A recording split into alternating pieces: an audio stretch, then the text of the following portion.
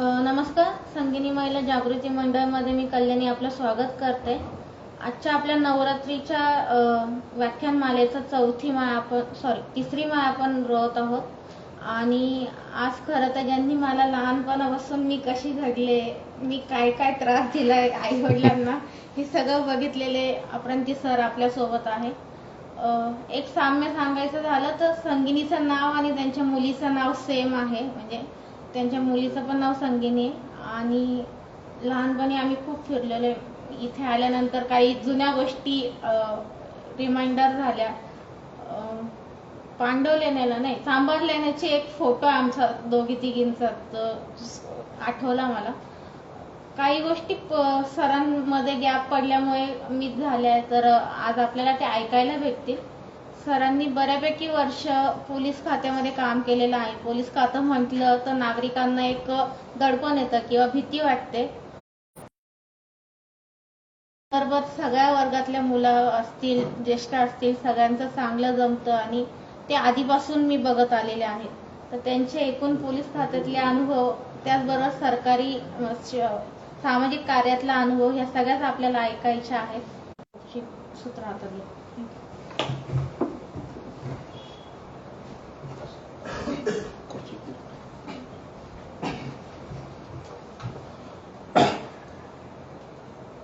सविनय जय भीम, जय संविधान. कारण आज नमस्काराचा इतका दुसरा शब्द त्याचा लागूच पडणार नाही. संविधानाचे इतके कट्टर खंदे समर्थक इथे असल्यानंतर दुसरं तुम्हाला काय आठवणार नाही, म्हणून जय संविधान. कल्याणीने म्हटल्याप्रमाणे सरांच्या अपराधी सरांच्या मुलीचं नाव पण संगिनी आहे. परंतु एक आणखी हिस्ट्री सांगतो की ज्यावेळेस दिवंगत अनिता पगारेंनी सामाजिक, तेव्हा नाशिकला साहेब एसीपी म्हणून होते, त्यांच्याकडे नेहमी जाणे म्हणजे मार्गदर्शक म्हणून ते आमचे होते, अनेकांचे होते.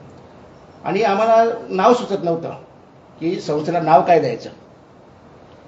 तेव्हा आणि त्यांनी विचारलं की सरांना की सर काय नाव द्यायला पाहिजे. सरांनी पटकन सांगितलं की संगिनी द्या. आणि आज 22-23 वर्षानंतर 2000 सालचं रजिस्ट्रेशन आहे आपलं. हो. आणि आज 23 वर्षानंतर साहेब आपल्या संगिनीच्या व्यासपीठावर आहेत, विचारपीठावर आहेत. आपलं फार फार स्वागत सर. जशी की आपल्याला कल्पना दिलेली आहे की आम्ही गेले 3 वर्षापासून मुलाखती घेतल्यात. मग त्याच्यामध्ये रिक्षा चालवणारी भगिनी होती, भाजी विकणारी होती, अशा अनेक. पण आता असा लक्षात येते की नाशिकमध्ये खूप सामाजिक संस्था आपलं कॉन्ट्रीब्युशन देत आहेत. त्याच्यामुळं कदाचित नाशिक खूप शांत आहे. जो म्हणजे उद्रेक व्हायला खूप कारण आपल्या अलीकडच्या काळात आपल्याला बघायला मिळालं, पण तो झाला नाही. आणि मला असं वाटतं की ह्या ज्या वेगळ्या थरातल्या सामाजिक संस्था काम करत आहेत, लोकांमध्ये जात आहेत, त्याचं त्यांना श्रेय द्यायला पाहिजे. माणूस घडवण्याची एक प्रक्रिया सामाजिक संस्थांच्या हातात असते आणि ते काम साहेबांनी अपरांती अकादमीच्या नावाने सुरू केलेले असं आपल्या ध्यानात येईल. आज अपरांती अकादमीच्या सोबतच आदरणीय डॉक्टर संजय अपरांती साहेबांसोबत आपण काही आणखी गप्पा मारणार आहोत. सर, ही मुलाखत नाही, ह्या गप्पा आहेत. जसं आपण आपल्या हॉलमध्ये खाली बसून गप्पा होता तशा गप्पा आपण मारणार आहोत. मी आपल्याला विनंती करेन की जरा थोडंसं आपल्या बालपणाबद्दल, शाळेतल्या दिवसांबद्दल, त्यावेळेच्या तुमच्या अवतीभोवती असलेल्या भोवतालाचं वातावरणाचं जरा आपण जर माहिती दिली किंवा सांगितलं, शेअरिंग केलं तर आनंद वाटेल. सर्वांना सविनय जय भीम. आज एक वेगळंच पान मनोहर रावांनी उघडलेलं आहे. आणि अगदी बालपणापासूनच्या गोष्टी सांगायच्या असं म्हटलं तर ते नाशिककरांना अजिबात माहिती नाहीये. त्यामुळे हा नवीन चॅप्टर आहे. आणि जे माहिती नसतं ते माहिती करून घेण्यासाठी माणसं खिळून बसतात. आता एक असा दोष मी बघत आलोय माझ्यामध्ये आणि नाशिककरांमध्ये. मी इथे आल्यापासून त्यांना मुलाचा वाढदिवस पण माझ्या हस्ते साजरा करायचा असायचा आणि वाढदिवसाला पण ते मला भाषण द्यायला सांगायचे. मी म्हटलं उद्या एखादी अपेयपान पार्टी असेल तर तिथे पण म्हणतील साहेब एक भाषण देऊन टाका, मग आपण सुरू करू. आणि त्या सगळ्या प्रक्रियेमध्ये मनोहरराव, तुम्ही जो आम्हाला प्रश्न विचारलेला आहे हा प्रश्न कोणीच विचारला नाही. नदीचं मूळ आणि ऋषीचं कुळ किंवा भिक्खूचं कुळ हे जाणून घेण्यामध्ये काही कोणाला हाशील नसतो आणि जाणून घ्यायचं नसतं, कारण तो काही असू शकतो, कोणीही असू शकतो. तर तुम्ही तो प्रश्न विचारल्यामुळे मला साहजिकच माझ्या गावापर्यंत पोहोचणं क्रमप्राप्त झालं. ठाणे जिल्ह्यामध्ये झिडके अर्थात अंबाडी, जिथे आता शेजारच्या दुगाड फाट्यावरती आमची एक स्टुडंट तिथे मेडिकल कॉलेजमध्ये डॉक्टरीचं शिक्षण घेताना तिचं आत्ताच डॉक्टरी पूर्ण झाली. त्या गावचा मी मूळचा आहे. जन्म अर्थात आईच्या माहेरी, जे बाबासाहेबांच्या आईचं मूळ आहे ते माझ्या आईचं मूळ आहे. हां, आणि तिथे जन्म झाला, त्यातून मी काहीही क्लेम करत नाही बरं. तर त्या सगळ्या परिसरामध्ये आमचं एकच गाव पंचक्रोशीमध्ये शिक्षणाचं केंद्र होतं आणि अजूनही त्याचा तो दर्जा तसाच शिल्लक आहे. आता तिथे आम्ही 5 भावंड, 3 भाऊ 2 बहिणी, आणि या 5 भावंडांमध्ये आम्ही 3ही भाऊ पहिल्या अटेम्प्टमध्ये क्लास 1च्या परीक्षा पास झालो, पहिल्या अटेम्प्टमध्ये. म्हणजे श्रोत्यांना जर मध्ये टाळ्या वाजवावर का, ही जरा वेगळी मुलाखत होईल, तुमच्या टाळ्यांचा आवाज जाऊ द्या. पहिल्या अटेम्प्टमध्ये. बरं, दुसरा भाग बघा, तिघांचेही आमचे विषय एकच, इतिहास मराठी साहित्य. भाईने इतिहास मराठी साहित्य घेतलं, मी म्हटलं आपण घेऊया. भाईने घेतलं तर आपण पण तोच घ्यायचं. आणि तिसरा भाऊ तर आमचा, आई म्हटली अरे ते 2 क्लास 1 ऑफिसर झाले, तुझं काय होईल? तर तो म्हटला क्लास 1 ऑफिसर होणं तुला एवढं मोठं वाटतं?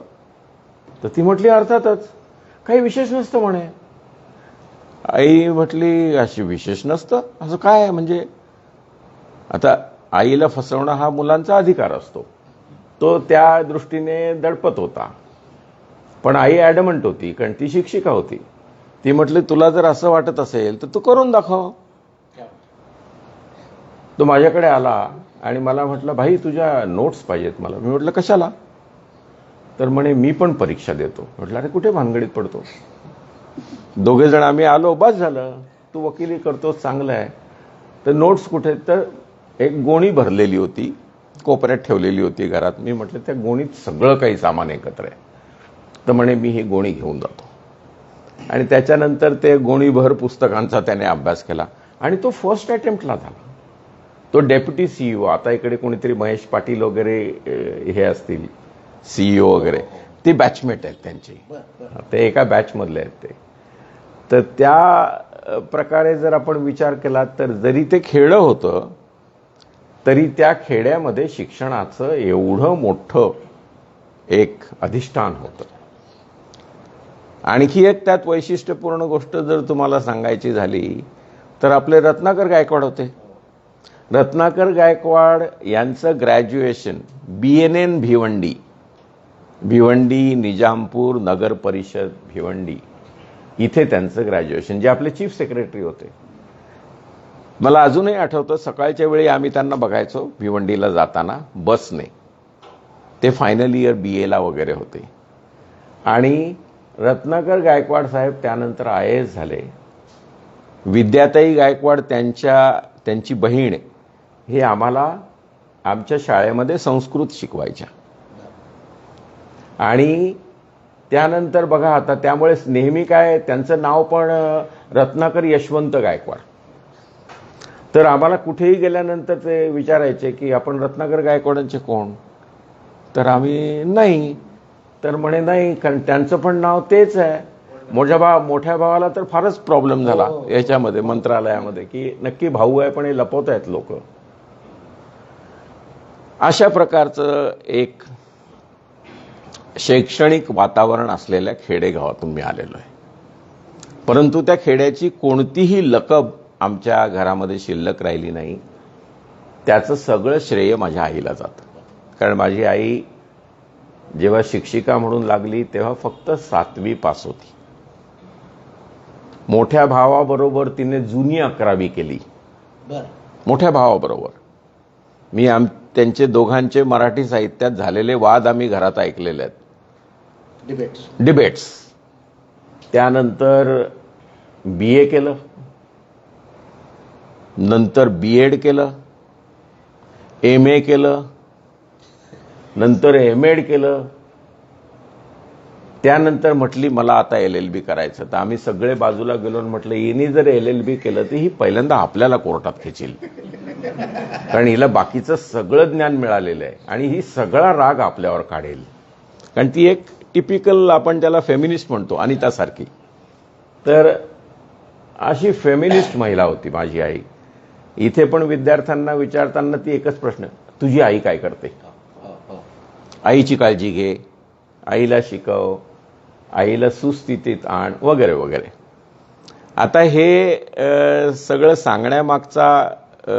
सांगण्यामागचं कारण असं आहे की आपण माणसाला त्याचे आदिबंध तपासावे. तो कुठून आला, कसा आला, तो काय अडचणींमधून आला, किंवा किती सुस्थितीत असलेल्या कुटुंबातून आला. या सगळ्याचे परिणाम दुष्परिणाम व्यक्तीवर होत असतात. त्या समीक्षेचा एक भाग आहे आणि त्याला म्हणतात आदिबंधात्मक समीक्षा. की अमुक तमुक कवी मोठा झाला, हा कुठे राहिला, कुठे वाढला.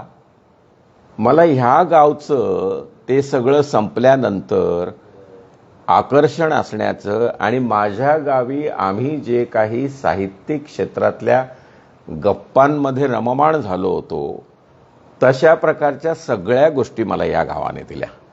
आपलं सार्वजनिक वाचनालय, त्याच्या शेजारचा हॉल, तिथे होणारे कार्यक्रम, ती लायब्ररी आणि ते सगळंच वातावरण. इतकंच नाही तर आपण आता सगळे, मी माझ्या विद्यार्थ्यांना विचारतो मनोहररावांचं सगळ्यात महत्वाचं ठिकाण कोणतं? ते टिळक वाचनालय. आता लोकांना माहिती नाही हे टिळक कोण. कारण ते रेव्हरंड नारायण वामन टिळक हा एवढा मोठा माणूस, त्या काळचा तो विद्रोही, तो ब्राह्मण, त्याने ख्रिश्चन धर्म स्वीकारला आणि त्यांची पत्नी लक्ष्मीबाई टिळक. कुणालाच माहिती नसतं हे. लोक फक्त तिथे बघतात टिळक वाचनालय, पुढे निघून जातात. त्यामुळं आपण जे म्हणतो केवढे हे क्रौर्य, ते पक्षिणीच्या संदर्भातलं गाणं, तिला बाण लागतो आणि रक्ताच्या थारोळ्यामध्ये ती पडलेली असते, तो एक भाग. तर लक्ष्मीबाईंचं स्मृतिचित्रे जगाला शिकवलं कसं लिहावं, स्वतःचं व्यक्तित्व कसं व्यक्त करावं, हे लक्ष्मीबाईंनी शिकवलं. बरं, त्याहूनही मोठा अवचित किती हा मेला, कविता फाडूनही बाहेर गेला, असे बालकवी ठोंबरे, तेही या गावातले. आणि त्यांच्या प्रत्येक कवितेच्या संदर्भामध्ये आपण विचार करतो की इतकी ही उच्च कोटीची प्रतिभा असू शकते का. आता मला सांगा, माझ्यासारखा माणूस इथे आल्यानंतर जेव्हा मी गावाच्या शोधात होतो की जर माझं गाव सोडलं तर दुसरं गाव कोणतं, कारण मला सगळ्या प्रकारच्या संधी उपलब्ध, म्हणजे इंदोरला सेटल होऊया, नाशिक की कोल्हापूर, माझ्या डोळ्यासमोर ही 3 गावं होती. कारण सर्वसामान्यतः ते तिन्ही गावांचं क्लायमेट चांगलं आहे, अतिशय चांगलं आहे. सगळ्यात सुंदर इंदोर आहे असं म्हणतात, आणि कोल्हापूर त्याचे स्वतःचं वैशिष्ट्य आहे.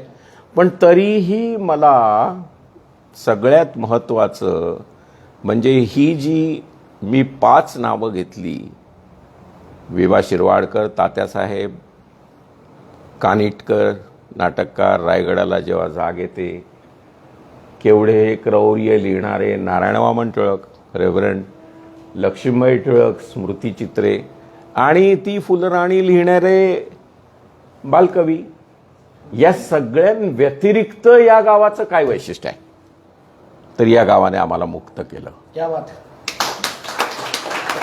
आम्हाला बाबासाहेबांचा मुक्तीचा संदेश नाशिकने दिला. मी म्हटलं माणसं कशीही असोत, माणसं वाईट नाही आहेत हा, पण जरी असली तरी या गावाने मला पारतंत्र्याच्या एका जाळ्यातून, ज्यातून माझी सुटका नव्हती, कारण ते त्या कोळ्याने विणलेलं जाळं असतं, त्यात कितीही पॉवरफुल शक्ती असली तरी ती कोळ्याचं जाळं तोडून अडकलेली मकडी किंवा एखादा बाकीचं बाहेर पडू शकत नाही. तशा प्रकारच्या जाळ्यातून आम्हाला सोडवण्यासाठीचं ठिकाण येवला हे बाबासाहेबांनी नाशिकचं निवडलं. आपण इथेच सेटल व्हायचं आणि इथेच आपण जिथे काळाराम मंदिराचा सत्याग्रह झाला, म्हणजे बघा एका बाजूला साहित्याची एवढी मोठी परंपरा तर दुसऱ्या बाजूला क्रांतीची परंपरा, असं अभावानेच तुम्हाला लक्षात येईल एखाद्या गावाच्या नशिबात म्हणण्यापेक्षा त्या गावाचं वैशिष्ट्य असू शकतं. आणि ते सगळं वैशिष्ट्य नाशिकचं असल्यामुळे मला माझं गाव सोडल्याचं दुःख नाही, कारण मला सातत्याने वाटतं की हे माझंच गाव आहे. माझ्या मानसिकतेला अनुकूल असलेलं जर कोणतं गाव असेल तर ते नाशिक आहे. तुम्ही जर बघितलं तर हे एकमेव गाव आहे जे तुम्हाला नावानी हाक मारत नाही. मनोहरराव मला हल्ली ते संपर्क तुटल्यामुळे मला साहेब म्हणायला लागले, अन्यथा मनोहरराव माझं नाव काय आहे तुमच्यासाठी? बापू म्हणतो. बापू म्हणतो. मला अनिताने कधीही बापू नावाव्यतिरिक्त कधी मला साथ घातली नाही. आणि कुठूनही असं जात असताना ते कुरळे केस पिंजारलेले आणि वैतागलेले, काय केलं पाहिजे बापू, हे लोक असे का वागतात, यांच्यासाठी काय करता येईल? शांत हो, अगोदर चहा घेऊ. मनोहरराव कुठे असेल फिरेट कुठेतरी, बोलू का त्याला पण? मग त्यानंतर अशा प्रकारची विविध वैविध्य व्यक्तिमत्वांमध्ये असलेलं हे गाव आहे. आणि वैविध्य असलेली व्यक्तिमत्व सहजासहजी निर्माण होत नाही, कारण ती आकाशातून टपकत नाहीत, त्या मातीतून जन्माला येतात. ही माती इतकी सुंदर आहे, इतकी सुपीक आहे. आपण नाशिकविषयी म्हणतो काहीही लावा उगवतं, काहीही लावा बहरतं. इथली माणसं सुद्धा कुणाच्याही पोटी जन्माला येतील, पण ती नाशिककर म्हणून स्वतःचं अस्तित्व सिद्ध करतात. म्हणून मला पुन्हा पुन्हा असं वाटतं की आपण जे सिलेक्ट केलं, आणि ते मनोहरराव मला कधी ऑब्जेक्शनेबल लोकांनी ऑब्जेक्शन कधी घ्यावं. माझा मुलगा बॅरिस्टर झाला आणि वर्तमानपत्रामध्ये आलं, नाशिकचा सुपुत्र बाबासाहेबांनंतर 99 वर्षांनी बॅरिस्टर. ती बातमी ऐकली, लोकांनी वाचली. अहो, आमच्या गावच्या लोकांनी मोर्चा काढला की हे नाशिकचे सुपुत्र कधीपासून झाले, आणि आमच्या गावचा माणूस आहे. त्यांनी तिकडच्या वर्तमानपत्रात, सत्य संविधान नावाच्या वर्तमानपत्रात अख्खा अग्रलेख की हे लोक आमच्या गावचे आहेत, तुम्ही काय म्हणता नाशिकचे आहात, आणि कुठले नाशिकचे सुपुत्र, आमच्या गावचा माणूस आहे. मला त्यामध्ये ही दोन्ही गावांची तुलना करताना आपण म्हणतो ना की काहीही हरवलं नाही. म्हणजे एखाद्या महिलेला जेव्हा सासर माहेर वाटायला लागतं त्यावेळेला तिचा जो आनंद असतो, तशाच प्रकारचा काहीसा आनंद मला या शहराने दिला. आणि त्यात तुमच्यासारखी गुणी माणसं, अनिता जिने जो काही मध्ये गॅप निर्माण व्हायचा त्या गॅपमध्ये भरण्याचं तुम्ही पाहिलेलं आहे प्रत्यक्ष. कारण तिचं माझं नातं मला कुठल्याही शब्दात वर्णन करता येत नाही. कोणताही प्रसंग असेल, चांगला वाईट, ही मुलगी, आणखी एक मुलगी होती अशी चष्म्यावाली होती बघा, या छोट्या होत्या दोघी जणी. मी घरी जायचो आणि ते अनिताच्या आईने, किंवा तिथे कोण अनिताची आई होती की सासू होती कोणी आठवत नाही, तर मला असं वरच्या माळ्यावरती एक झोपाळा होता, त्यांच्या घरी नेलं होतं. हां, आणि ते ज्या प्रकारे त्यांनी त्या सगळ्याचा जो एक गॅप असतो, आपलं स्वतःचं गाव नसलं तर, तशा प्रकारचा गॅप भरून काढण्याचं जे अनिताने काम केलं, मी खरंच या दाम्पत्याचा ऋणी आहे. या गावाची आणखी काही वैशिष्ट्य आहेत.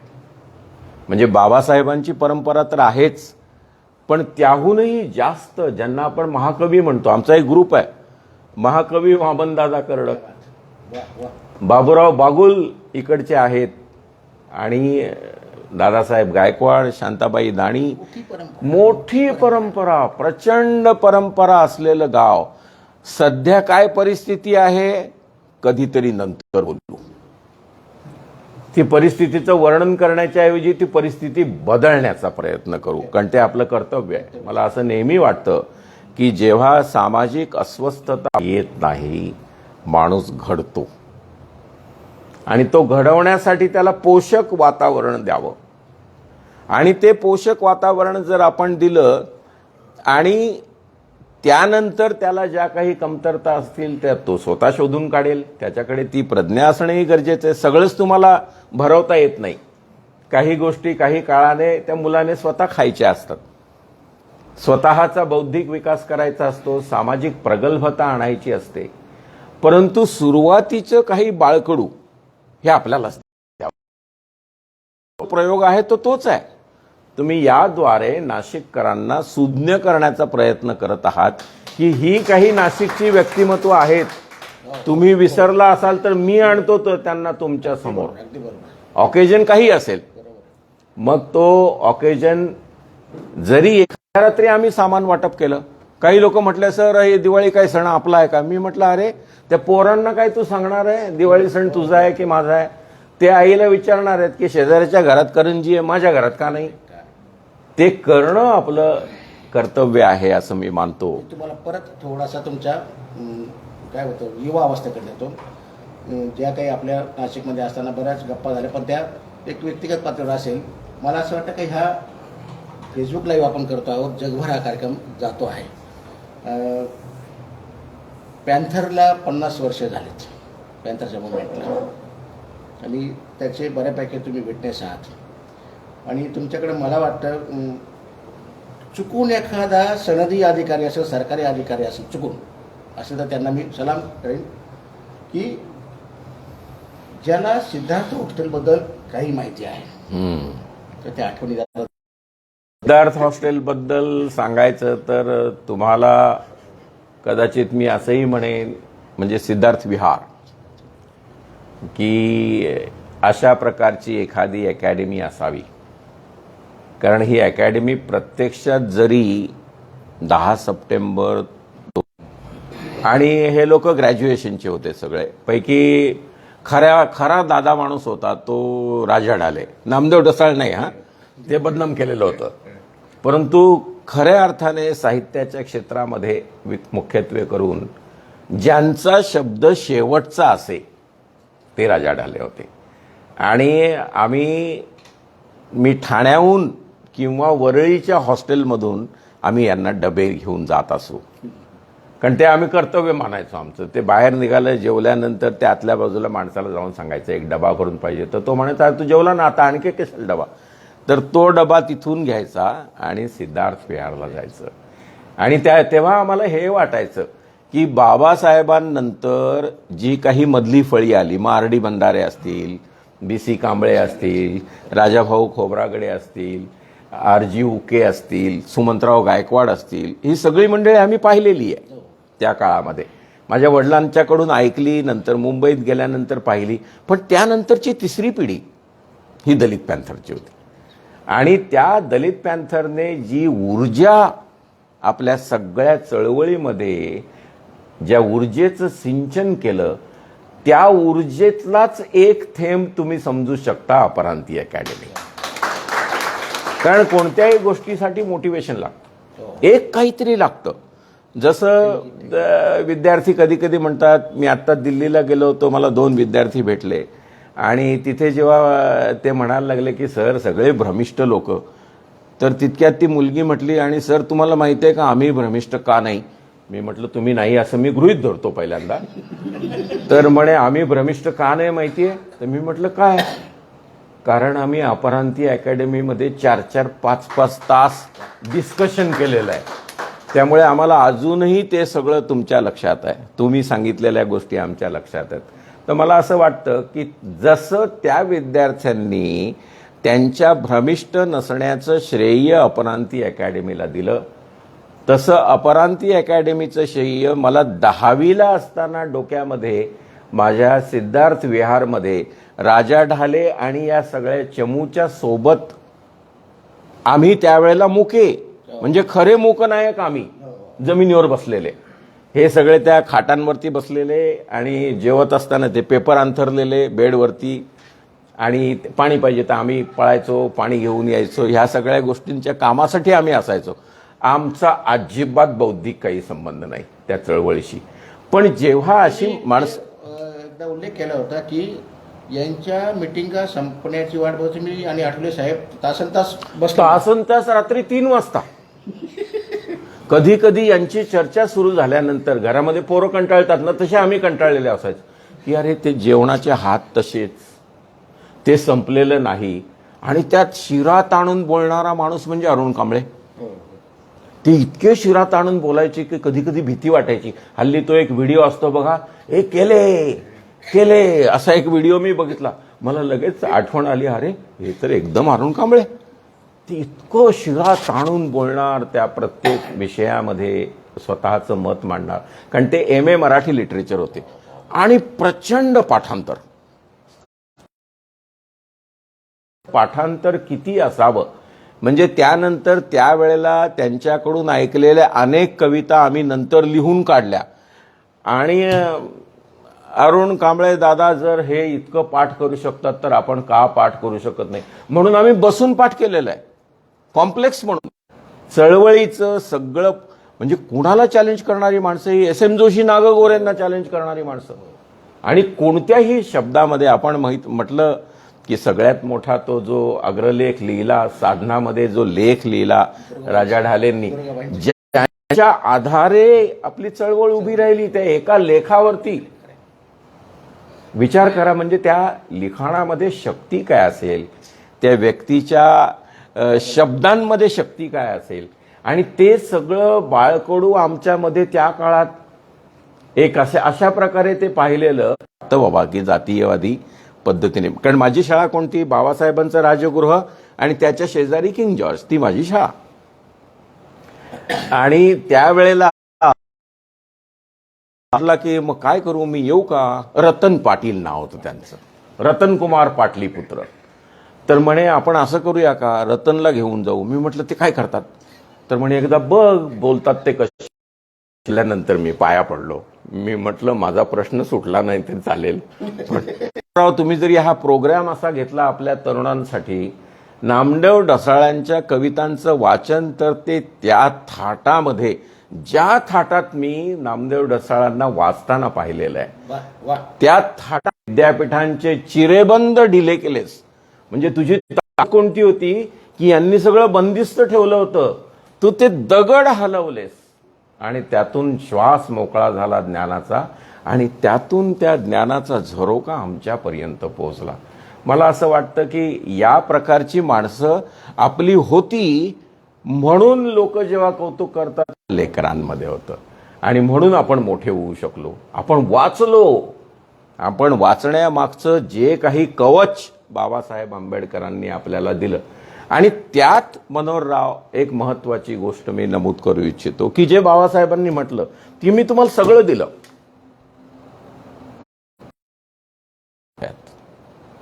माणसं तुम्हाला निर्माण करावी लागतील. मग ते एका शाळकरी अवस्थेत 10वी 12वी त्यानंतर मेडिकल कॉलेज. आणि मी एकच डोक्यात घेतलं त्यावेळेला की बाबासाहेब जे म्हणालेले आहेत, माणसं कुठे आहेत, ही माणसं आपल्याला निर्माण करायची आहेत आणि लागतील.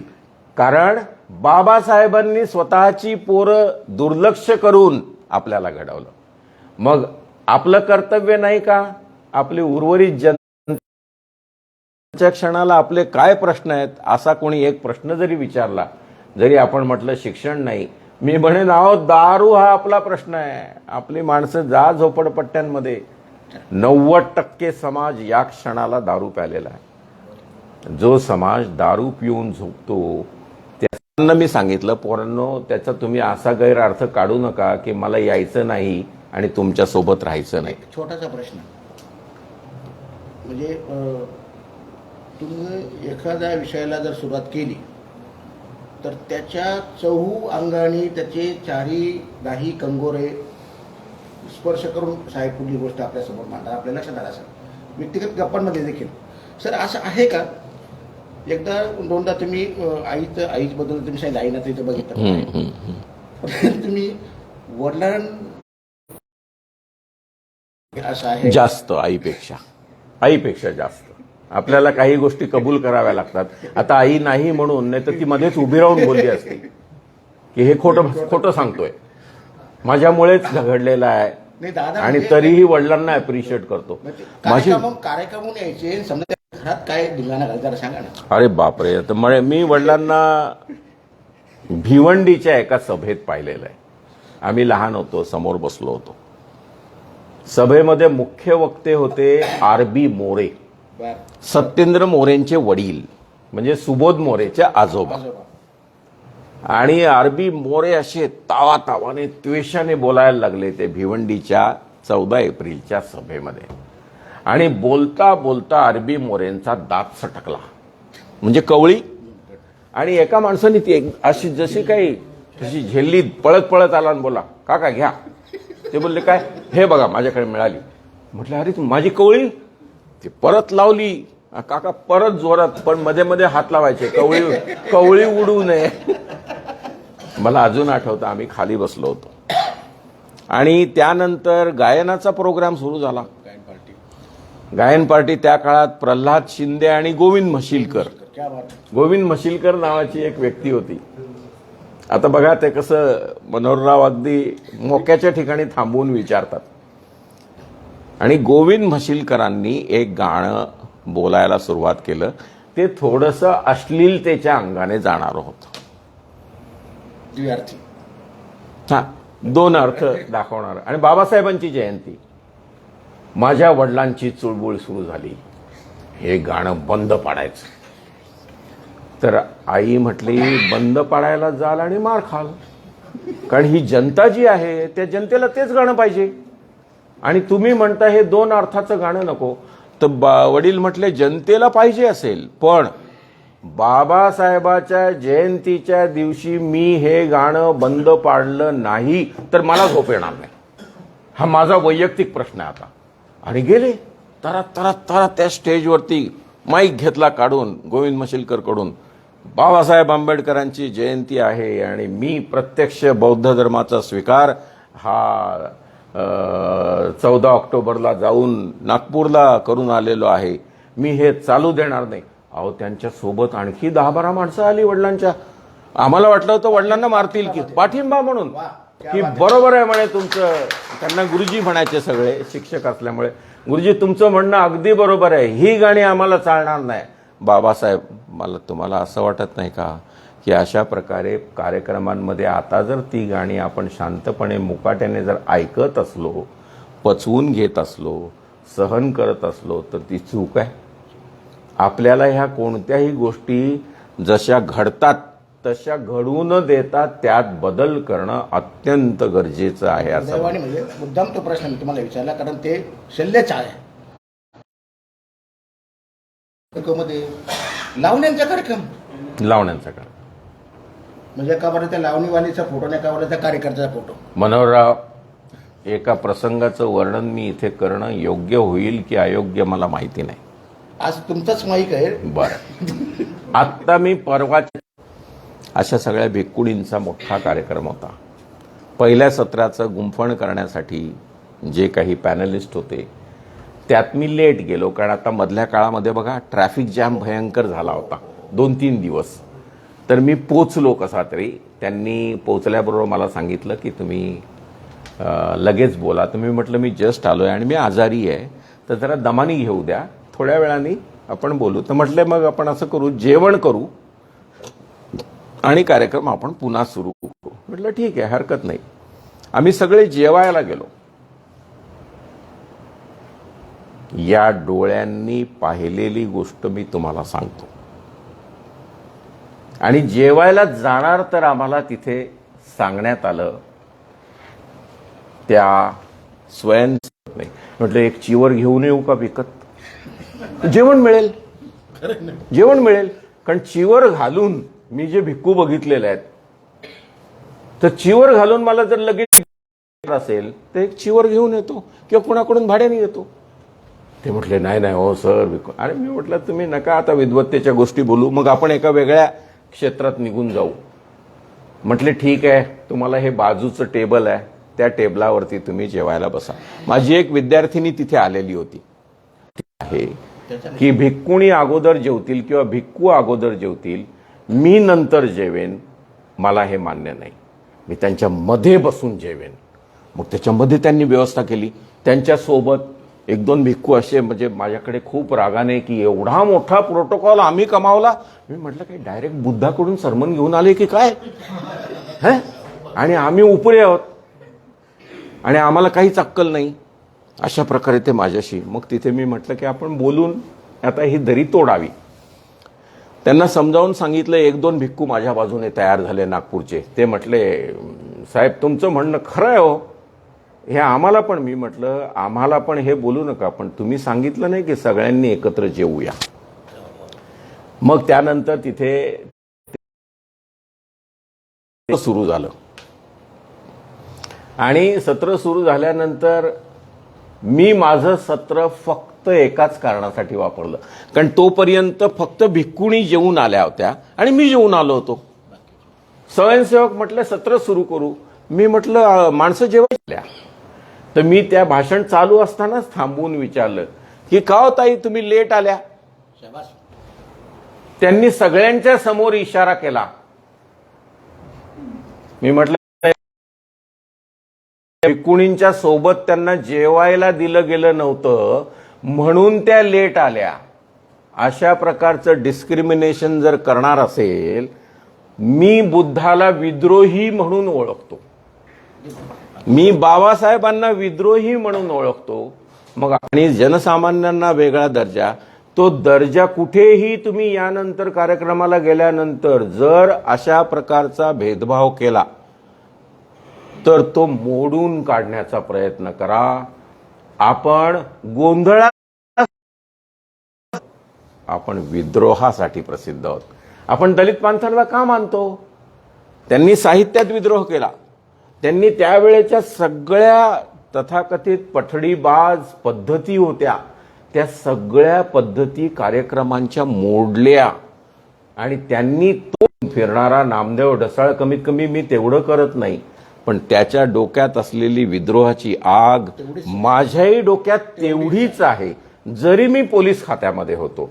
आणि तशाच प्रकारे विद्रोह आपण कुठेही कुठलीही गोष्ट सहन करू नका, मान्य करू नका.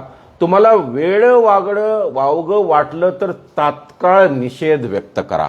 आणि तिथे हे धोरण घेऊ नका की ही जागा नाही, मग दिसेन सगळ्यांच्या समोर आणि मग माझं कसं. अरे तुमचा महापुरुष गांधींना सांगू शकला.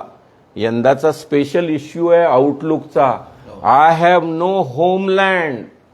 अशा प्रकारचा तुमचा माणूस डॉक्टर बाबासाहेब आंबेडकर ठणकावून जर गांधींना सांगू शकला तर तो विद्रोह आहे. आणि हा विद्रोह जिथे जिथे तुम्हाला जमेल तिथे तिथे तो करा. एवढीच माझी त्यानिमित्ताने विनंती राहील. श्रोते, फेसबुक, इंस्टाग्राम, व्हॉट्सअप याच्यामध्ये मोठ्या संख्येने सरासरी तरुणांची संख्या जास्त असते आत्ताच्या याच्यामध्ये. अपरांती साहेबांच्या प्रवासात आपण पुढे बघू. आणि आता त्यांचे एकूण सगळ्या डिग्र्या आणि सगळं त्यांचं एज्युकेशनचं जर ग्राफ बघितला तर पुस्तकामध्ये स्वतःला गाडून घेणारा विद्यार्थी असंच आपल्या डोळ्यासमोर चित्र एकूण उभं राहतं. ते तर आहेच म्हणजे. परंतु आपल्या विद्यार्थ्यांचा सिनेमातला हिरो आहे सलमान खान. पण तो का आपल्याला आवडतो? कारण त्याच्या बहिणीला कोणतरी हात लावतं किंवा छेड काढतो म्हणून सलमान खान त्याची धुलाई करतो. आपण आपल्या बहिणीच्या बाबतीत असंच काहीतरी केलेलं आहे. कारण सर, तुमच्या बारा चालणाऱ्या पोरांना हे समजलं पाहिजे. माझी बहीण LLB करत होती गव्हर्नमेंट लॉ कॉलेजमध्ये. अर्थात बघा, तुम्हाला परवडेल असं मला वाटत नाही. माझ्या प्रत्येक भाषणामध्ये सुद्धा विद्रोह असतो, तुम्ही पाहत आलेला. मग ते सगळं संपल्यानंतर अनेकदा मजदे सर मला बुजुर्गाच्या नात्याने त्यात काही सल्ले देतात की सर असे काही लोक असतात, असे अमके असतात, तमके असतात. मी ते त्यांचा कुठल्याही प्रकारचा उपमर्द न करता ऐकून घेतो, पण त्यातली एकही गोष्ट मान्य करत नाही. कारण ते विद्रोह व्यक्त करण्याचं कुठलंही विचार मंच मी आजपर्यंत सोडलेला नाही. आजपर्यंत अगदी कान्शीराम साहेबांच्या DS4 स्थापनेच्या दिवशी सुद्धा कावसजी जहांगीर हॉलमध्ये उभं राहून मी त्यांना विरोध केलेला आहे. त्यांनी वापरलं होतं वाक्य, पढे लिखे लोगों ने मुझे धोका दिया. आणि ते त्याच्यावरती हे सांगत होते की त्याच पढ्या लिख्या लोकांना एकत्र घेऊन मी संघटन करतोय. तर मी ताडकन उभा राहिलो आणि मी विचारलं, म्हणजे तुमचं असं म्हणणं आहे की डॉक्टर बाबासाहेब आंबेडकरांचं चुकलं आणि ते तुम्ही करेक्शन म्हणून आम्हाला एकत्र करत आहात? म्हटलं तुम्ही आम्हाला एकत्र करत आहात हे अयोग्य नाही, पण ते ह्या कारणासाठी करत असाल तर माझा विरोध आहे तुमच्या या म्हणण्याला. तर थोडे DS4चे दलित शोषित समाज संघर्ष समिती असं एक ते DS4 होतं. त्या लोकांनी माझी गचलबुचल करायला सुरुवात केली. मी म्हटलं आपल्याला मारतायत आता. मी विद्यार्थी होतो. ही गोष्ट आहे 82 सालची. मग त्याच्यानंतर कांशीरामजी म्हटले, अरे उसको छोड़ दो मारो मत. ते बाकीच्या लोकांना काय वाटलं, भक्तांना काय वाटलं की आपल्या देवाचा अपमान होतोय. आता भक्त मी का वापरला शब्द, सद्यस्थितीचा परामर्श घेताना लागू करता येईल तुम्हाला जर शक्य असेल तर. बघा म्हणजे परवडत असेल तर. बाहेर जोरात बोललात तर भक्त काय करतात तेही तुम्हाला दिसेल. त्यांनी 2-3 लोकांना तशा प्रकारे केलेला आहे प्रयोग.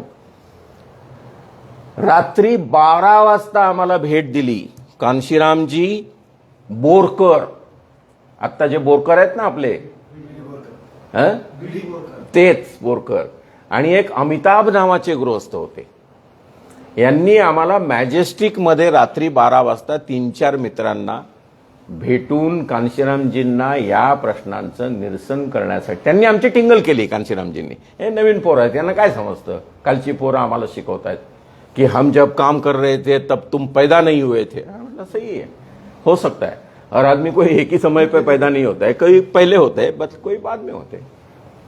त्यानंतर एक मनोहररावांनी विचारलेला आमचा फार कौटुंबिक म्हटलं तर खाजगी प्रश्न आहे, पण माझ्या बहिणीची एकदा छेड काढली होती. ती याला असताना LLB करत असताना गव्हर्नमेंट लॉ कॉलेजला ती घरी आली आणि खूप ओक्साबोक्शी रडायला लागली. जी बहीण माझी सोमयामध्ये पॉलिटिकल सायन्सची हेड ऑफ द डिपार्टमेंट आहे आता, म्हणजे कांबळे साहेबांची मिसेस, जे सोशॉलॉजीचे हेड होते. आणि का रडते म्हणून मी आणि माझा छोटा भाऊ तिला विचारायला लागलो, काय झालं तुला, कोणी काही त्रास दिला का? तर ती म्हटली असं. त्यांनी काही फार डिटेल्स सांगितले नाही. तर भावानी म्हटलं तू ओळखशील का त्यांना की हेच ते म्हणून? मग म्हणजे कॉलेजमधले पोरं आहेत. एक ती मारुती ओमनी असायची त्या काळातली. तर छोट्या भावाने ती मारुती ओमनी घेतली, त्यात 2-4 माणसं घेतली, काठ्या बिठ्या घेतल्या. ते त्या हॉलवर याच्यावरती गेले, कॉलेजवरती, गव्हर्नमेंट लॉ कॉलेजवरती. बहिणीने ती पोरं दाखवली 2, ती तशीच गाडीत टाकली, त्यांच्या डोळ्यांवरती पट्ट्या बांधल्या, ठाण्यामध्ये आणले. आपण सिनेमा नाही बघत बरं का. त्यांना बेदम मारले. बहिणीला विचारलं तुला काही 2-4 लाथा मारायच्या आहेत? तर ती म्हटली हो. मग तिने मारल्या 2-4 लाथा. म्हणजे मला आठवलं मशिलकराचं गाणं बंद पाडणारा माझा बाप. विद्रोह, आपण फक्त विद्रोहाच्या आधारे जगलो आहोत. बुद्ध विद्रोही, बाबासाहेब विद्रोही, नामदेव ढसाळ विद्रोही, राजा ढाले विद्रोही. आपल्यातला पानचटपणा सोडून द्यायचा आणि विद्रोही बनायचं. तुमचे लहाने बंधू पण तुमचं ऐकून विद्रोही झालेत लग्नाच्या बाबतीमध्ये? लहान बंधू माझ्यापेक्षा जास्त क्रांतिकारक, फ्रँक ओपिनियन. तुमचं ऐकून त्यांनी ते लग्नाचं कमी शिकलेली बायको करून आणली. शिकवायला गेले तिथलीच बायको केली. स्टुडंट जिथे शिकवायला गेले विद्यार्थ्यांना म्हणून, ताई म्हटले अरे तू गेला होता शिकवायला, ही काय भानगड आणलीस? तर म्हणे नाही चांगली मुलगी आहे. आणि अशा प्रकारे त्यांनी, पण ते फारच क्रांतिकारक. शिकवलं तुम्ही पुढे ना. हो, सगळं काही. तुम्ही त्यांचं 11वीला असताना स्वतःचं वर्तमानपत्र होतं. 11वीला असताना असं आडवं नाव लिहिलेलं होतं त्याच्यावरती, क्रांतिकारक विद्यार्थी, एल्फिन्स्टन कॉलेजमध्ये. 11वीला होते ते. आणि अर्थात हे सगळ्याचं बाळकडू जे आहे ते जसं मनोहररावांनी विचारलं तसं हे आमच्या वडिलांचं आहे. वडिलांचं ठरलेलं वाक्य असायचं, तू चल पुढे, मी येतो, मी त्याचा बाप बसलोय. तर माझी बहीण त्यांना विचारायची, बापू तुम्ही किती लोकांचे बाप होतो? प्रत्येक ठिकाणी तुम्ही एकच, तिला कळायचं नाही लहानपणी, एकच गोष्ट बोलता, तू चल पुढे, मी त्याचा बाप बसलोय.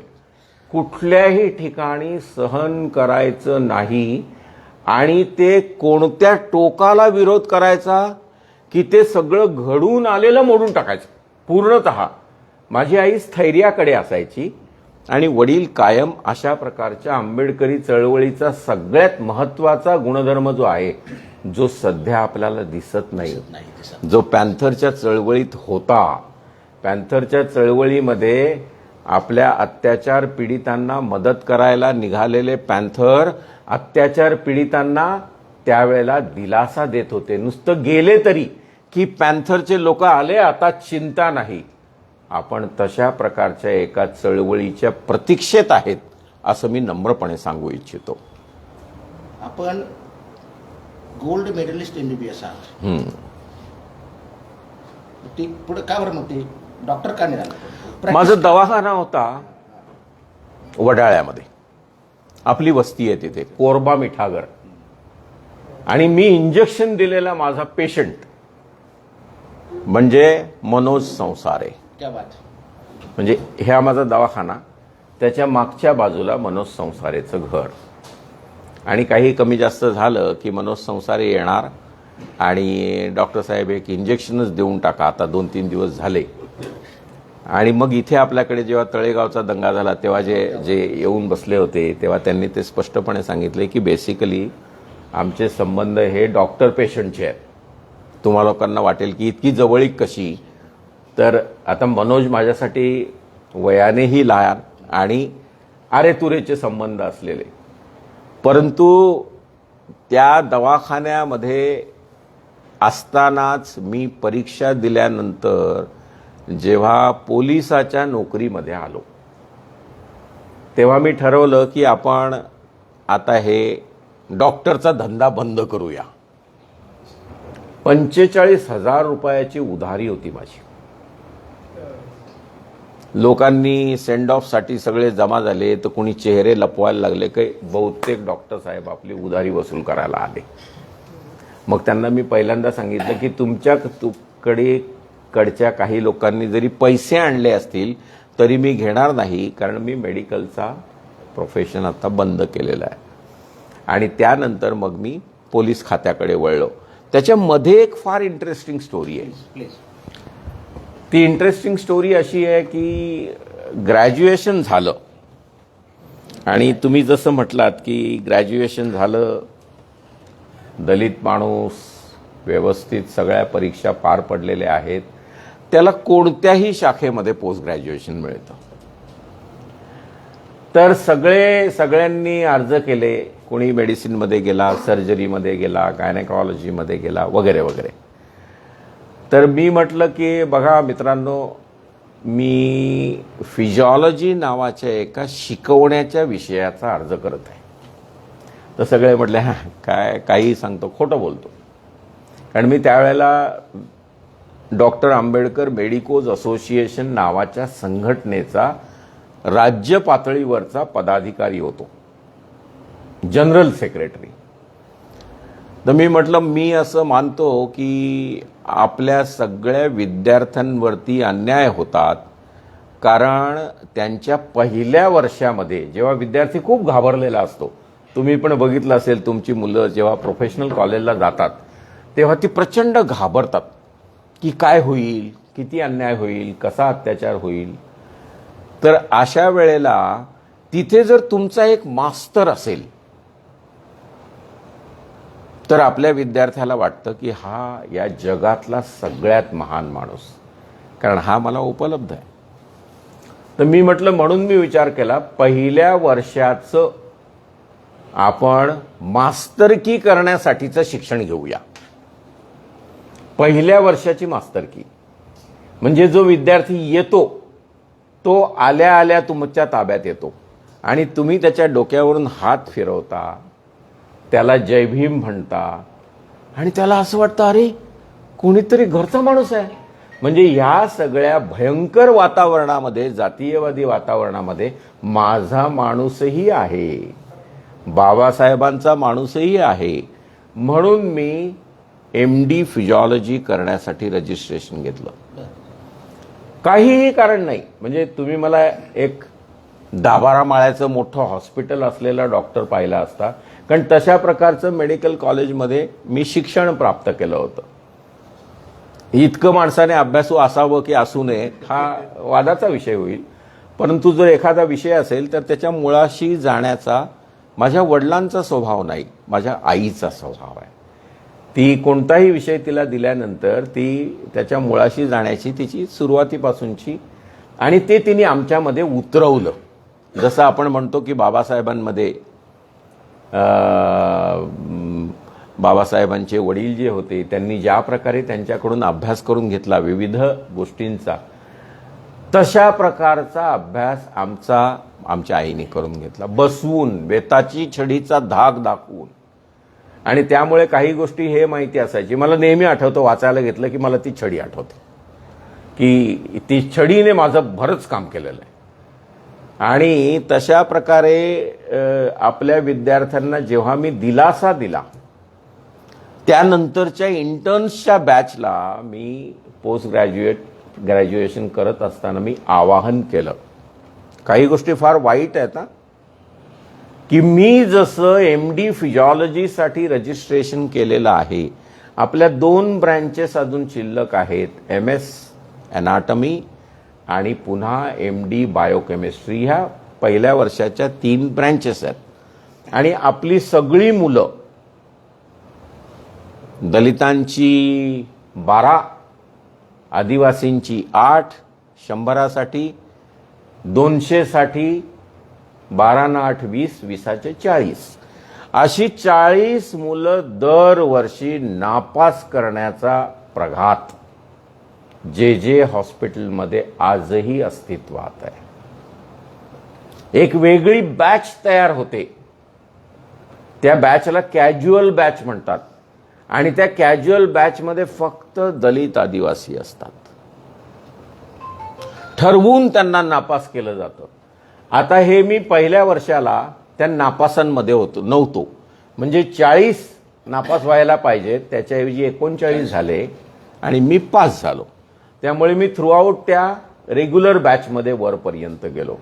आणि मला हे लक्षात आलं की रेग्युलर बॅचमधलं शिक्षण आणि कॅज्युअल बॅचमधले मागे राहिलेल्या लोकांचं शिक्षण यात खूप फरक असतो. बॉसेस मेडिकल कॉलेजमध्ये येतात, पेशंटची तपासणी चालू असते आणि तितक्यात ते बॉस आल्यानंतर सिस्टरला विचारतात किंवा हाऊसमन रजिस्ट्रार असतात त्यांना विचारतात की बॅच कोणती आहे ज्यांना मला लेक्चर द्यायचं आहे. आणि जेव्हा ते सांगतात की कॅज्युअल बॅच आहे, म्हणजे ते हे विचारतात रेग्युलर आहे की कॅज्युअल आहे, तर कॅज्युअल बॅच आहे, चल मुझे एक चाय पिलाओ. एक चहा घेऊन तो निघून जातो, न शिकवता. न शिकवत. आजची परिस्थिती सांगतोय मी तुम्हाला. हे बंद करता येत नाही, हे बदलताही येत नाही. येतं, तुम्ही स्वतः शिक्षक बना. आणि पहिल्या वर्षाला सगळी पोरं पास करून घ्या, पेपर फोडून नाही, त्यांना शिकवून. कठीण काहीच नाहीये. मी यांचे क्लासेस हॉस्टेलवर घ्यायचो. आजही तिथे जे मध्ये गेल्यानंतर कारण नसताना मी त्या आरेंबट हॉस्टेलमधून चक्कर मारतो की इथे आम्ही पोरांना जमा करायचो, इथे त्यांना शिकवायचो. आणि ती पोरं मी तिथे फर्स्ट इयर MBBS जॉईन केल्यानंतर टीचर म्हणून पहिल्या वर्षाला 40च्या 40 नाही पण 20+ मुलं पास व्हायला लागली आणि ती रेग्युलर बॅचमध्ये जायला लागली.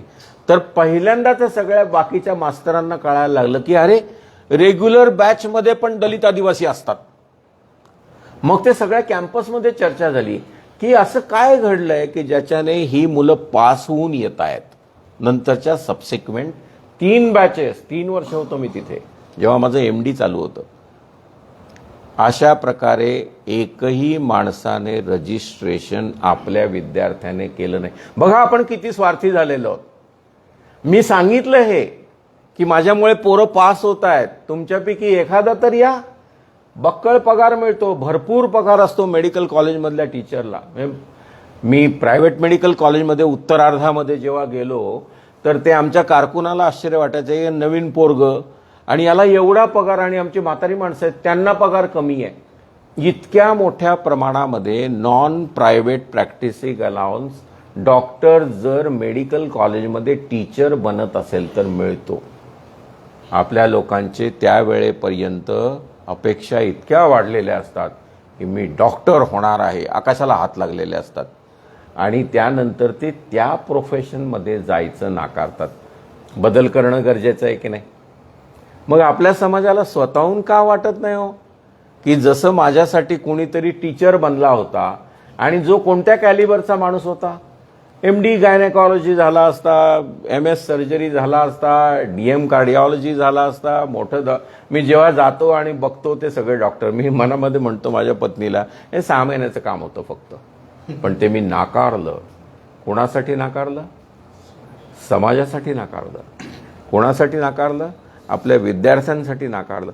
कोणत्याही गोष्टीच्या मुळाशी जा तुम्हाला जर सोल्युशन द्यायचं असेल तर, आणि ते सोल्युशन देताना तुम्ही मुळाशी गेला तरच तुम्हाला कळतं प्रश्न काय, आणि त्या प्रश्नाचं तुम्ही सोल्युशन देऊ शकता. बऱ्याच बाबतीमध्ये आपण सवंगपणे अन्य समाजांवरती त्यांच्याकडे बोट दाखवून म्हणतो की हे अन्याय करतात. तुम्ही 4 बोटं जी तुमच्याकडे आहेत त्यात तुम्ही शोधा ना आपली माणसं जी खऱ्या अर्थाने अन्याय करत आहेत, जी अशा प्रकारच्या कोणत्याही शाखा घेत नाहीत आणि ती त्यांची कर्तव्य विसरलेली आहेत. बाबासाहेबांनी जर अशा प्रकारे आपल्याशी जर वर्तन केलं असतं तर आपण आज इथे नसतो. सावरकर नगरामध्ये, शारदा नगरामध्ये आपण ठाण मांडून बसलेलो आहोत आणि कोणाची हिंमत नाही आपल्या विरुद्ध बोलण्याची. कशाच्या आधारे? बाबासाहेबांच्या कॉन्ट्रीब्युशनच्या आधारे. मला असं वाटतं की आपण या सगळ्यांनी अगदी घरामध्ये डोकावून बघा की आपले काय दोष आहेत. लोकांचे दोष काढताना फार सोपं वाटतं. आपल्याला असं वाटतं की दुसऱ्याच्या डोळ्यातलं कुसळ दिसतं, आपल्या डोळ्यातलं मुसळ दिसत नाही. आपल्या डोळ्यातलं मुसळ बघण्याचा प्रयत्न करा ना, ते ऑब्व्हियस आहे, त्याला मायक्रोस्कोप लागत नाही. कुसळ भिंगाखाली शोधावं लागेल. तुमच्या ह्या शिक्षकी पेशाच्या किंवा त्या कॉन्ट्रीब्युशनच्या बोलताना मला थेट बाबासाहेबांचा एक मेसेज पोचला, तो म्हणजे pay back to the society. Yes, अगदी बरोबर. मला वाटतं आपल्या समूहाने तो शब्द टाळलाय, पूर्ण टाळला. त्या शब्दाचा पुनरुच्चार मान्यवर कांशीराम साहेबांनी केला, आणि त्यानंतर ते एक ब्रीद वाक्य झालं बामसेफचं, BSPचं, पे बॅक टू सोसायटी. आताची BSP नाही. मान्यवर कांशीराम साहेबांचं त्यातलं योगदान आपल्याला नाकारता येणार नाही. जे दिनाबामा, कांशीराम साहेब आणि त्यावेळेला त्यांच्या सोबत असलेले बोरकर वगैरे वगैरे लोकांचं जे कॉन्ट्रीब्युशन आहे ते आपल्याला बिलकुल नाकारता येणार नाही. आणि त्यातला सगळ्यात महत्वाचा भाग जो आहे तो पे बॅक टू सोसायटी. आणखी एक कॉन्ट्रीब्युशन आहे त्यांचं सगळ्यात मोठं, केडरायझेशन, जो बाबासाहेबांना वेळ नाही मिळाला. आणि आता आपण जे बसलेलो आहोत, आता तुम्हाला जे मी सांगत आहे, मनोहररावांनी आणि अनिताचंच नाव आलं, आपल्या कल्याणीने मला तुमच्या समोर बोलण्याची संधी जी दिलेली आहे ते काय आहे? ते केडरायझेशन आहे. हा केडर कॅम्प आहे. तुम्ही ज्या प्रमाणे 1 तास उलटून गेलेला आहे तरीही तुम्हाला असं वाटत नाही की हे संपावं, हे चालू राहावं, जास्तीत जास्त गोष्टी बाहेर याव्या. आणि त्यांनी जे हे अरेंज केलेलं आहे, आता हे ज्या 10 दिवस त्या सगळ्या गोष्टींचा ते सामाजिक व्यक्तिमत्वांचा परामर्श घेणार आहेत, मला खरंच असं वाटतं की अशा प्रकारचे प्रोग्राम सातत्याने मनोहरराव घेतले जावेत. आणि ती खऱ्या अर्थाने अनिताला श्रद्धांजली असेल. कारण आपल्याला अनिताला अजिबात विसरता येणार नाही. मनोहर रावांना अनिता किती माहिती आहे मला माहिती नाही, पण मला जी अनिता कळलेली आहे ती मला वाटत नाही कुणाला कळली असेल. आणि ज्या प्रकारे तिने तिची सगळी दुःख ओकलेली आहेत माझ्याकडे, माझ्या कार्यालयात येऊन तासन तास, बापू एक चहा झाला, दुसरा मिळेल का, म्हटलं चहा देतो, तू उठूच नको, बोलत राहा. कारण तिचा अनुभव असायचा समाजामध्ये सतत फिरत भिंगरीसारखी. त्यामुळे मला असं वाटतं की आजची ही सभा आणि आजचा हा कार्यक्रम मी अनिताला समर्पित करतो. पोलीस खातं आणि त्याच्याकडे एकूण समाजाचा बघण्याचा दृष्टिकोन जो काय आहे तो नाशिकमध्ये आपण खूप म्हणजे चुकून इथं बसलेले सगळेच आपल्याला ओळखतात किंवा अख्खं नाशिक ओळखतं. मगाशी उल्लेख झाल्याप्रमाणे जेव्हा आपण इथून बदली होऊन गेली तर नाशिकच्या नागरिकांनी आणि तो पण अतिशय मोठ्या लोकांनी तुमचा नागरी सत्कार केला. म्हणजे त्याच्या अगोदरही कधी आणि त्याच्यानंतरही कुठल्या प्रशासकीय सेवेतला म्हणतो, पोलीस खात्यातच नाही, अधिकाऱ्याचा असा सत्कार नाशिककरांनी उत्स्फूर्तपणे केला नव्हता. हे जे आणि तुम्ही म्हटलाच की माझं गावच नाशिक आहे. एखादा असा म्हणजे अनेक असतील त्यातला एखादा दोन प्रसंग तुम्ही शेअर केले तर आम्हाला खूप बरं वाटेल की मी पोलीस खात्यात आलो आणि ह्या शहरात पोस्टिंग झाली माझी आणि हे काम माझ्या हातून झालं, हे मी या शहरासाठी दिलेलं योगदान आहे. हा नाशिक शहरासाठी योगदान म्हटलं तर आपण स्वतःच्याच तोंडाने स्वतःची स्तुती करणं हे थोडंसं कॉन्ट्रीब्युशन आहे, लोकांना माहिती. पण मला ते कॉन्ट्रीब्युशन आहे हे एका तिराईत माणसाने सांगितलं. माझ्या मुलीला LLBचं ऍडमिशन घ्यायचं होतं, चैतन्य साक्षीदार आहे. तर सगळे विद्यार्थी गेले आणि तिचं नाव बघितलं त्यांनी, आपले मोसो गोसावींचा मुलगा. तर त्यांनी विचारलं की बेबी तू कोणाची मुलगी, तर म्हणे मी डॉक्टर संजय अपरांती यांची मुलगी. तर म्हणे जागा भरलेल्या आहेत पण मी तुला ऍडमिशन देईन कारण तुझ्या वडिलांचं या गावासाठी प्रचंड योगदान आहे. आणि ते जेव्हा तिला इतका आनंद झाला, मग तिकडे येऊन घरी आल्यानंतर अचानक कळतं ना की आपल्याला रोज जो बाप दिसतो त्या बापात कोणीतरी महान माणूस लपलेला आहे. बापू ते असं कसं काय म्हटले तुम्ही, असं काय आहे गावा. मी म्हटलं तू लहान होतीस, तुला माहिती नाही. आणि तशा प्रकारचं योगदान सातत्याने या गावाच्या सांस्कृतिक जीवनाचा एक अविभाज्य घटक बनण्याची नाशिककरांनी मला संधी दिली. आणि त्या निमित्ताने मी त्यामध्ये 1, 2 अनेक प्रकारचं योगदान करू शकलो. मी सलग 5 वर्ष होतो. आणि जसं मी आपल्याला म्हटलं की त्या भाषणाच्या निमित्ताने आज जसं एका ठिकाणी गेलो होतो, एका पॉलिटिकल पार्टीचे अध्यक्ष होते तालुक्याचे आणि ते माझं बोलणं ऐकत राहिले. समोर राजू मजदे होते, ते त्यांच्या चेहऱ्याकडे बघत होते, माझ्या चेहऱ्याकडे बघत होते. पत्रकार आले होते, ते बाईट घेत होते. मी मनामध्ये म्हटलं एका दिवसाला 3 भाषणं करणारा मी नाशिकमधला अधिकारी होतो, 3. आणि बऱ्याचदा दुसऱ्या कोणाला तरी मुख्य पाहुणा बोलवलेला असायचा कारण मी उपलब्ध नसायचो. तर अशा प्रकारे मी असं म्हणेन की ते योगदान जे आहे ते सांस्कृतिक योगदान. मला चांगलं आठवतं मित्र की साहेबांकडे बऱ्याचदा गप्पा मारल्या. ऑफकोर्स ते कामावून आल्यानंतर म्हणजे रात्री 11च्या नंतर मग त्यांचा तो सरकारी दोहा बंगला आणि तिथं मग त्या लॉन्समध्ये वहिनी असायच्या दिंडीला. त्याच्यामुळे आमची वहिनी सांगा, आम्ही थांबायचो की साहेबांना होतं तेव्हा जेव. वहिनी सांगायला तुम्ही जेवून घ्या, ते 10 मिनिटं सांगतात, 10 मिनिटं सांगतात, परंतु ते येतील 1-1.5 वाजता. आणि ते बरेचदा तो झाला. एकदा असं छान जेवण झालं आमचं, 2-2:30 वाजले होते आणि लॉन्समध्ये आम्ही गप्पा मारत होतो, चहा घेत होतो, शेवटचा काय असं चाललं होतं. आणि हेडक्वार्टर पण काहीतरी सायरन का असं बिगुल वाजला असा. एखादा ठीक आहे तिथे यंत्रणा आहे, सगळं आहे. साहेब पटकन वायरलेस ऑन केला आणि लगेच फोन केला. कसला आहे रे तो. मला ते की म्हणजे लक्षात घ्या, आता जे 1 तास आपल्याशी बोलतात ते एक सामाजिक कार्यकर्ते म्हणून बोलतात, एक माणूस म्हणून बोलतात. पण त्या अधिकारी पदाच्या बाबतीमध्ये 24 तास जागरूक राहणं हे त्या शहराच्या शांततेसाठी कितीतरी मोठं कॉन्ट्रीब्युशन. हो, निश्चित निश्चित. त्यामुळे ते ते तुमचं मोठं कॉन्ट्रीब्युशन आहेच. हो. मला आठवतं आम्ही मुंबईत होतो तेव्हा आणि त्याच्या नोकरीच्या निमित्ताने, आणि अपरांती अकॅडमीची आपण स्थापना करायचा निर्णय घेतलेला होता. जवळपास माणूस आपला म्हणजे एवढा हुशार माणूस सगळं असताना तो काय करतो, मंडळ स्थापन करतो, कामाला लागतो आणि मग लोकांना सांगतो की मी असं सुरुवात केलेली आहे. परंतु लोकांचा पोत काय आहे, समाजाचा पोत काय आहे, याच्यासाठी साहेबांनी जे प्रयोग केले, मला आठवतं किमान 25 ते 30 सामाजिक संवेदना कार्यकर्त्यांशी आपण चर्चा केलेली. आणि खास आम्हाला का तुम्ही नाशिकला कधी असं जरा तासभर येऊन जा जोडीनं तुम्ही. इथं वरच्या ऑफिसमध्ये साहेबांनी सांगितलं की मला अशी अकॅडमी सुरू करायची आहे आणि ती खास करून मागासवर्गीय विद्यार्थ्यांसाठी करायची आहे. तर मी म्हटलं की साहेब नुसतं मागासवर्गीय विद्यार्थी कशासाठी? तर साहेबांनी तेच सांगितलंच. मग सगळं ते आता जो संदर्भ सांगितला त्याचे उत्तरं त्याच्यामध्ये आहेत. परंतु सर पुढे जाऊन आपण तिथं फार स्टिकअप राहिले. जनरल कॅटेगरीतले पण स्टुडंट आपले इथं आहेत, अभ्यास करून गेले. जनरल कॅटेगरीतले स्टुडंट्स. आणि मला त्या बऱ्याचशा स्टुडंट्सचं आडनाव माहिती नसतं. मला मी पहिल्या नावानेच त्यांना घेतो, पहिल्या नावानेच संबोधित करतो.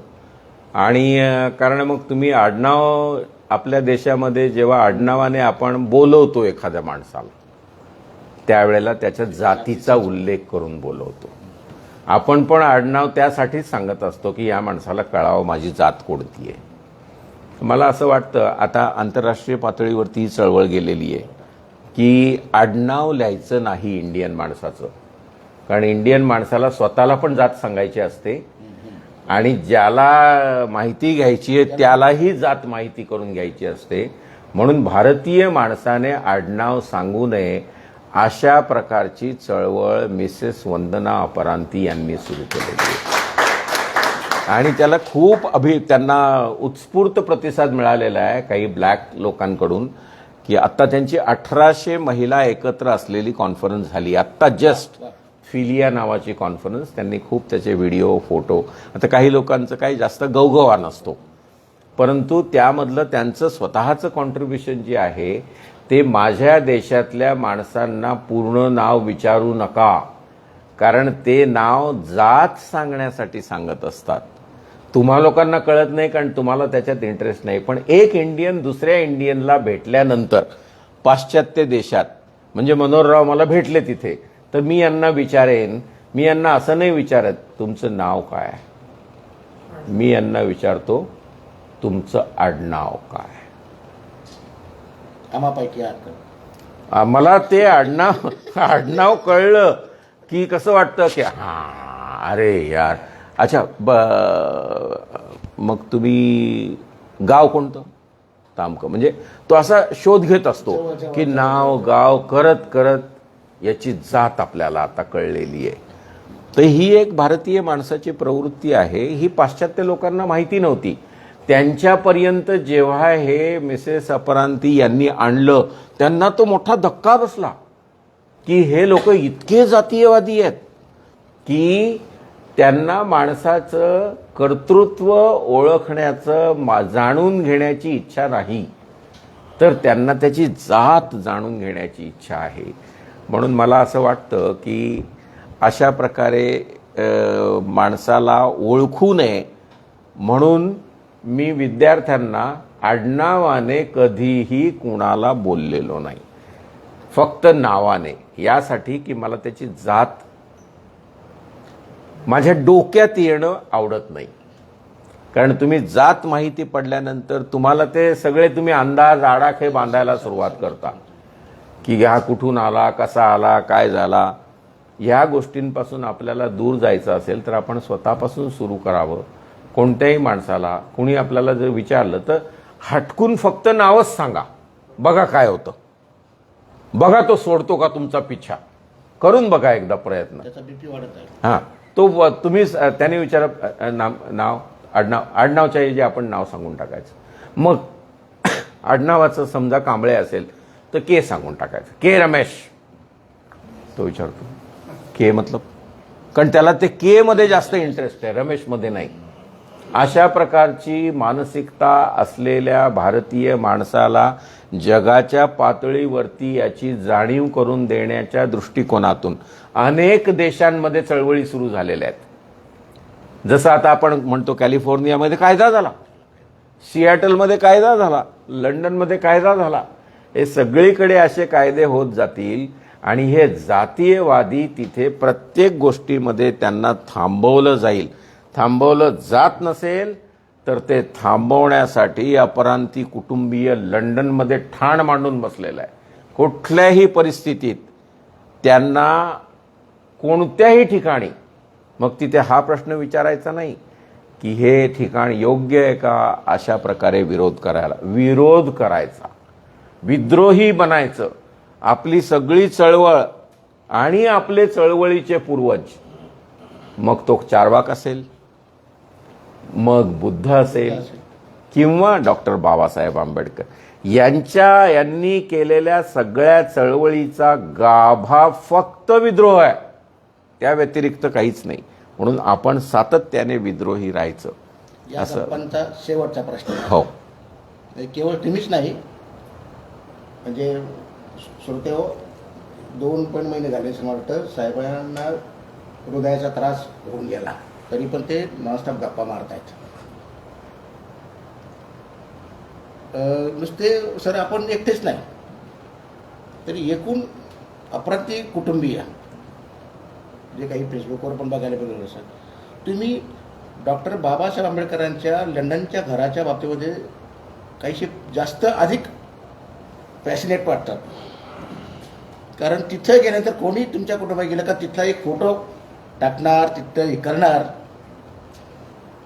डॉक्टर बाबासाहेब आंबेडकरांचं जी वास्तू, घर, जिथे त्यांचं वास्तव्य राहिलं ते ठिकाण तर गेल्यानंतर प्रत्येक संवेदनाशील माणूस ढसाढसा रडतो. आतमध्ये गेल्यानंतर तर त्याच्या रडण्याला पारावार राहत नाही की आपण कोणत्या ठिकाणी आमचा हा महामानव राहिला, ज्याने आमच्यासाठी काम केलं, इथे अभ्यास केला. त्यांच्या घरमालकीणबाईची तक्रार होती की हा रात्रभर लाईट चालू ठेवतो, अभ्यास करतो, म्हणून माझं लाईटचं बिल वाढलंय. आपल्या कोणत्या पोराच्या आईने तक्रार केली हो की या पोराच्या अभ्यासामुळे लाईटचं बिल वाढलं? बिल वाढवा, कमीत कमी तेवढ्यासाठी तरी लाईट चालू ठेवा. त्या माणसाला काय सहन करावं लागलं की त्यांना त्या बाईला कसं समजावून सांगावं. आणि हे सगळं तिथे गेल्यानंतर आठवतं आपल्याला. ती ट्रेन बघितल्यानंतर मला जाणवतं की ते उभे राहत असतील, कारण त्यांची रूम जी आहे ती त्याच्या खालून रेल्वे ट्रॅक जातो, की ती ट्रेन जात असेल. आपण असं म्हणतो ना की जसं पाकिजामध्ये आपण जर बघितलं असेल की आपके पाँव देखे बहुत हसी हैं, इन्हें जमी पे मत उतारिएगा मैले हो जाएंगे, असे जे फेमस डायलॉग्स आहेत. आणि तेव्हा ट्रेनचा सीन आहे. तर मला ते तसं बाबासाहेबांच्या घराच्या इथे की यांची चिंतनाची, विचाराची शृंखला जेव्हा मध्येच ट्रेन जात असेल तेव्हा तुटत असेल, ते काय विचार करत असतील. सातत्याने या समाजाला ऊर्जितावस्था प्राप्त एवढासा माणूस, पैसे नाहीत, वेळ तुमच्याकडे 48 तास आहेत आणि तुमच्याकडे 12 तास आहेत, 24 तास आहेत, आणि त्यांच्याकडे काय 48 होते का? तेवढाच वेळ होता. मग तो त्यांनी प्रत्येक क्षणाक्षणाचा कसा वेचला असेल तो क्षण, आणि आपल्याला आजच्या अवस्थेत आणण्यासाठी त्यांनी ते क्षण कसे लावले असतील, हे सगळं आपल्याला तिथे गेल्यानंतर जाणवतं. की याच त्या वास्तूमध्ये राहून त्यांनी अभ्यास केला, आपला सकारात्मक आपल्या प्रगतीसाठीचा विचार केला आणि त्यातून आपल्याला मोठं केलं. मला असं वाटतं की जगाच्या पातळीवरती इतका मोठा प्रयत्न आणि इतक्या गहन गंभीर कठीण परिस्थितीतून, आता जसं मी तुम्हाला सांगितलं 40च्या 40 पोरं आजही नापास केली जात आहेत. म्हणजे असं नाही की हा इतिहास आहे, हे वर्तमान आहे. कुठे वाचलंय का तुम्ही? अशा प्रकारे आता किशोर शांताबाई काळे, त्याच्या पुस्तकात त्यांनी कुठेच नाही हा उल्लेख केलेला आहे जातीयवाद कसा होतो. त्याचे जातीविषयीचे, आईविषयीचे उल्लेख आहेत. कोलाटणीचं पोर म्हणून जे पुस्तक आहे, हे उल्लेख पण गरजेचे आहेत ना. तुम्ही जिथे शिकलात तिथे ते विद्रोहाचे उल्लेख असू शकतात. की अशा प्रकारे इथे जातीयवाद केला जातो. तो सातत्याने डोक्यात घेऊन, जसं तुम्हाला वाटतं त्या घरामध्ये, तसंच एक संकल्प गार्डन आहे बडोद्यामध्ये, जिथे बाबासाहेबांनी संकल्प केला. ट्रेन यायला वेळ होता, त्यांचं सामान फेकून दिलेलं होतं, ते सगळं जमा केलं. आता बडोदा नको म्हणून ते मुंबईला जायला निघाले. मला ॲक्सिडेंटली मिळालं हे बघायला. मी गेलो होतो, नंदुरबारचा SP असल्यामुळे आमची कॉन्फरन्स होती एकत्र. तर तेव्हा कोणीतरी आपला माणूस भेटला, त्यातलाच कर्मचाऱ्यांमधला. तो म्हटलं, साहब आपको पता है क्या ऐसी कुछ चीज? म्हटलं नाही, लेके चलो. तो बडोद्यामध्ये घेऊन गेला मला. ते संकल्प उद्यान नावाचं बाबासाहेबांचं उद्यान आहे त्यांच्या नावाने, जिथे ते ट्रेनची वाट बघत थांबले असतील. काय विचार असतील त्या एकट्या माणसाच्या मनामध्ये. माझं सामान फेकून दिलंय, मला पगार नाहीये, आता मला परत जायचं आहे. आणि तिथे त्यांनी संकल्प केला की आयुष्याचा प्रत्येक क्षण मी ज्या दुर्धर अवस्थेतून चाललेलो आहे, त्या अवस्थेतून माझा समाज जाऊ नये यासाठी मी वेचीन. काय पाहिजे आणखी? हा संकल्प जो आहे, मला वाटतं 10% का होईना या पूर्ण संकल्पातला भाग आपण घेऊया. आणि तशा प्रकारे आपण जर संकल्प केले तर आता आपण अशा अवस्थेमध्ये आहोत, हा म्हणता आपला समाज सुधारून जाईल. काहीच वेळ लागणार नाही, कुणाच्याही मदतीची गरज नाही. मदत मागणारे, मला असं वाटतं की पहिल्यांदा हे डिक्लेअर करतात की मी अपंग आहे. मदत मागायची नाही, ती मदत न घेता आपण पुढे जाऊन समाजाचं पालकत्व स्वीकारून समाजाला मोठं करणं, समाजाचे प्रश्न सोडवणं, हा ध्यास घेऊन आपण पुढे जाऊया. तर खऱ्या अर्थाने मला असं वाटतं की आज इतका मोठा कार्यक्रम घेतलेला आहे मनोहररावांनी. आणि खरंच अगोदर, कार्यक्रमाच्या अगोदर मला अशी भनक पण नव्हती आपल्या नाशिकच्या भाषेत की इतकं काही बाहेर ते माझ्याकडून काढू शकतात, इतकं वधवून घेऊ शकतात. ते सगळं त्यांनी वधवून घेतलं. ते शेवटचा प्रश्न आहेत म्हणाले, म्हणून मी त्यांनी केलेल्या कार्यक्रमासाठी त्यांचे, कल्याणीचे आभार मानतो. आणि आमच्या या वास्तूमध्ये येऊन आपण हा कार्यक्रम रेकॉर्ड केलात, माझ्यासाठी जास्त महत्त्वाचं आहे. कारण माझे विद्यार्थी पण इथे बसलेले आहे. चैतन्य आहे, संतोष आहे, अनिकेत आहे. त्यांना क्युरिओसिटी असते की त्यातल्या कितीतरी गोष्टी त्यांनी पहिल्यांदा ऐकल्या. सगळ्यांनीच पहिल्यांदा ऐकल्या असतील. पण मला असं वाटतं की हे जे कथन करण्यात आलं, या कथनामधून आपण काहीतरी सकारात्मक घरी निश्चित घेऊन जाल. आणि ते घेऊन जाण्यासाठीचं साधन कल्याणी आणि मनोहरराव झाले, यासाठी आपण त्यांचे टाळ्या वाजवून आभार मानू. आतापर्यंत डॉक्टर संजय अपरांते यांच्याशी त्यांच्या गप्पा ऐकताना काल मी एक वाक्य बोललो होतो, एका शायराचा शेर मला अर्पण करायचं वाटतं आपल्याला, जो तत्वतच लागू पडतो. आणि तोच खरे अपरांती साहेब आहेत असं मला वाटतं. शायर असं म्हणतो, न कुछ बन सके तो डुबो दूंगा सफीना. नाव, न कुछ बन सके तो डुबो दूंगा सफीना, साहिल की कसम मिन्नती तूफान करूंगा. वाह वाह, क्या बात है. कल्याणी समारोप करेल. वाह वाह वाह, very good, very good. Thank you very much. खूपच समर्पक शेर.